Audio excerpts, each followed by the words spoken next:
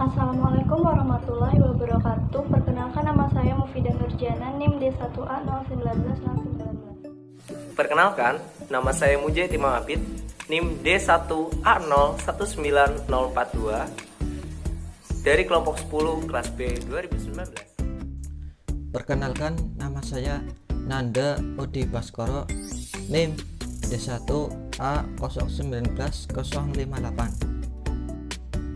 Saya Rahmawati Nur Azizah, NIM D1A 019082. Perkenalkan, nama saya Putri Fauzia Nabila, NIM D1A 019096.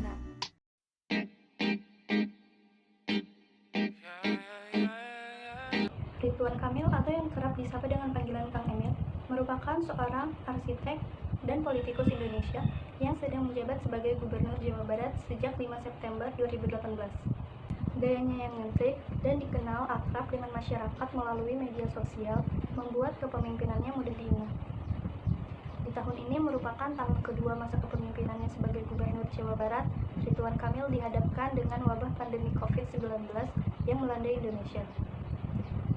Kasus COVID-19 yang semakin lama semakin meningkat. Hingga saat ini kasus COVID-19 yang berada di Jawa Barat terkonfirmasi ada sekitar 1.801 yang terdiri dari pasien positif 1.493, pasien sembuh 213, dan pasien meninggal 95. Awal kasus COVID-19 di Indonesia ditetapkan positif pada tanggal 1 bulan Maret lalu. Terjadi pada pasien pertama yang berasal dari Depok, Jawa Barat. Keesokan harinya pada tanggal 2, media menyampaikan bahwa Ridwan Kamil telah menetapkan status Jabar menjadi siaga 1 sejak 2 pekan sebelumnya. Dan rumah sakit di 27 daerahnya siap menangani COVID-19. Hal tersebut menunjukkan bahwa Ridwan Kamil telah melakukan tindakan antisipasi bahkan sebelum virus corona dipastikan masuk ke Indonesia. Pemerintah Provinsi Jawa Barat mengaku akan transparan dalam mengabarkan perkembangan COVID-19. Ridwan Kamil juga ikut memonitor penyebaran COVID-19 melalui media massa, sehingga pemerintah bisa mengetahui peta penyebaran hingga ke tingkat kelurahan atau desa. Kebijakan Ridwan Kamil dalam mengatasi coronavirus disease 19 di Jawa Barat. Pada tanggal 3 Maret, Ridwan Kamil memutuskan melalui Dinas Komunikasi Informasi Jawa Barat membuat website yang berisi informasi mengenai COVID-19 dan data persebarannya di Jawa Barat. Website ini ditujukan agar bisa diakses oleh masyarakat secara umum yang dinamakan dengan Pusat Informasi dan Koordinasi Jabar COVID-19 atau disingkat dengan Pikobar. Pikobar dapat diakses melalui aplikasi di Play Store atau iOS dan link pikobar.jabarprov.government.id. Kebijakan lanjutan Ridwan Kamil dalam penanganan COVID-19 di daerah Jawa Barat, yaitu pada tanggal 10 Maret, Ridwan Kamil meningkatkan pendataan COVID-19 untuk memantau pergerakan isu terkini di media sosial hingga ke tingkat kabupaten atau kota dengan meresmikan Jabar Comment Center yang berlokasi di Gedung B. JCC didirikan sebagai war room atau ruang perang karena di JCC lah pemerintah provinsi secara penuh memantau dan mengolah data untuk mengambil tindakan-tindakan dan keputusan-keputusan yang cepat demi menekan laju pertumbuhan pasien COVID-19 di daerah Jawa Barat.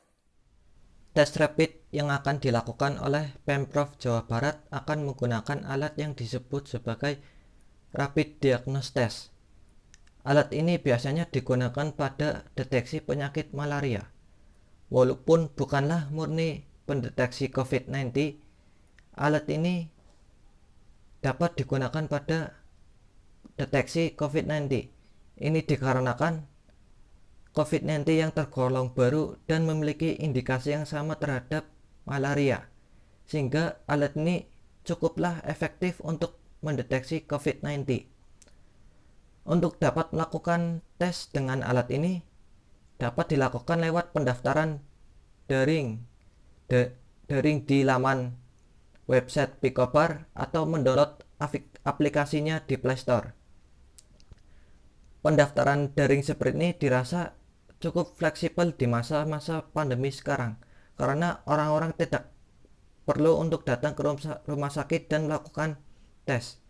Dan pendaftaran daring ini juga membantu apa yang dinamakan social distancing, di mana orang-orang tidak perlu datang ke rumah sakit dan beramai-ramai berkumpul, yang dimana ini akan menyebarluaskan COVID-19 di tengah masyarakat.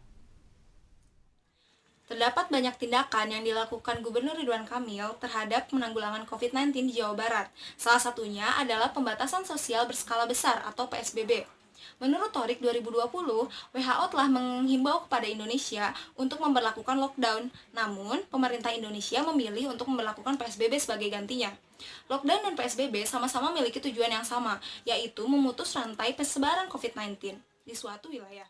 Menyusul pemberlakuan PSBB di DKI Jakarta, Ridwan Kamil sebagai Gubernur Jawa Barat memberlakukan PSBB di wilayah Jawa Barat yang dibagi dalam beberapa tahap. Tahap pertama diberlakukan pada wilayah yang letaknya dekat dengan DKI Jakarta, yaitu Bogor, Depok, dan Bekasi. Untuk PSBB di wilayah Bogor, Depok, dan Bekasi ini diberlakukan dari tanggal 15 April hingga tanggal 29 April. Namun, menurut berita Tempo, karena progresnya yang sangat lambat dalam memutus rantai penyebaran COVID-19 di Jawa Barat, PSBB yang diberlakukan di Bodebek diperpanjang dan akhirnya akan selesai pada tanggal 12 Mei 2020. Menyusul dari PSBB yang ada di Bodebek, Ridwan Kamil merencanakan tahap kedua, yaitu PSBB terhadap wilayah Bandung Raya. PSBB di wilayah Bandung Raya ini dilakukan dari tanggal 22 April hingga tanggal 5 Mei. Jadi ketika video ini dibuat, PSBB di wilayah Bandung Raya telah berakhir. Setelah melalui banyak evaluasi dari pemberlakuan PSBB di berbagai wilayah di Jawa Barat ini, Gubernur Jawa Barat Ridwan Kamil kemudian mengeluarkan putusan yang berbunyi bahwa semua wilayah di Jawa Barat harus memberlakukan PSBB. Maka dari itu, keluarlah keputusan bahwa semua kabupaten dan kota yang ada di Jawa Barat harus memberlakukan PSBB dari tanggal 6 Mei hingga tanggal 19 Mei 2020. Terdapat perbedaan aturan PSBB di wilayah Bandung Raya dengan wilayah Jawa Barat. Hal ini diungkapkan oleh Wali Kota Bandung, Oded M. Daniel. Jika di wilayah Bandung, peraturannya adalah sebagai berikut. Pertama, tidak boleh ada pengendara yang mengangkut penumpang, baik itu pribadi maupun ojek online. Yang kedua, operasional dari pelayanan publik seperti toko atau kantor kelurahan, kantor kecamatan, dan lain-lain boleh beroperasi dari jam 8 sampai jam 2. Karena sebelumnya di awal-awal pemberlakuan PSBB ini sebenarnya Bandung Raya sama sekali tidak memperbolehkan pelayanan-pelayanan publik untuk buka. Namun ketika dibutuhkannya pelayanan publik yang darurat, maka setelah melalui pertimbangan tersebut, pelayanan publik tetap dibuka dengan jam yang telah saya sebutkan tadi. Untuk pengendara dan penumpang diperbolehkan untuk kendaraan bermotor, asalkan alasannya adalah alasan yang darurat dan harus membutuhkan penanganan yang cepat. Untuk roda 4 sendiri maksimal 2 orang, dan untuk angkutan umum sendiri berbeda-beda tergantung kapasitas angkutan umum tersebut, dan rata-ratanya hanya diperbolehkan untuk mengangkut penumpang 50% dari kapasitas biasanya. Kemudian untuk di Jawa Barat tidak pernah ada larangan pengendara membonceng penumpang asalkan mereka tetap sealamat. Kemudian jam operasional pelayanan publik dan tempat-tempat yang publik seperti pasar, toko, kemudian kantor-kantor pemerintah tetap buka. Di pasar sendiri tetap berlaku dari jam 6 pagi sampai jam 1 siang. Setelah itu, untuk minimarket sendiri berlaku dari jam 10 pagi hingga jam 8 malam. Pada PSBB di Jawa Barat lebih ditekankan pada penjagaan di tempat-tempat perbatasan seperti di check out yang dijaga oleh Polri dan TNI. Ridwan Kamil dalam Instagramnya kerap memberitakan agenda apa yang dilaksanakan oleh pemerintah Jawa Barat selama PSBB, dan kemudian apresiasi apa yang ditunjukkan oleh pemerintah kepada masyarakat, seperti ada masyarakat yang menggalang dana untuk meringankan terdampak COVID-19.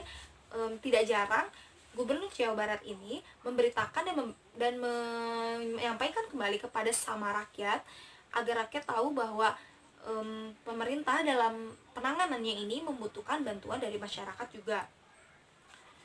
Namun yang masih menjadi perhatian pada PSBB saat ini adalah justru kedisiplinan dari warga Jawa Barat sendiri. Jawa Barat adalah wilayah provinsi yang paling besar dan paling banyak penduduknya di Indonesia.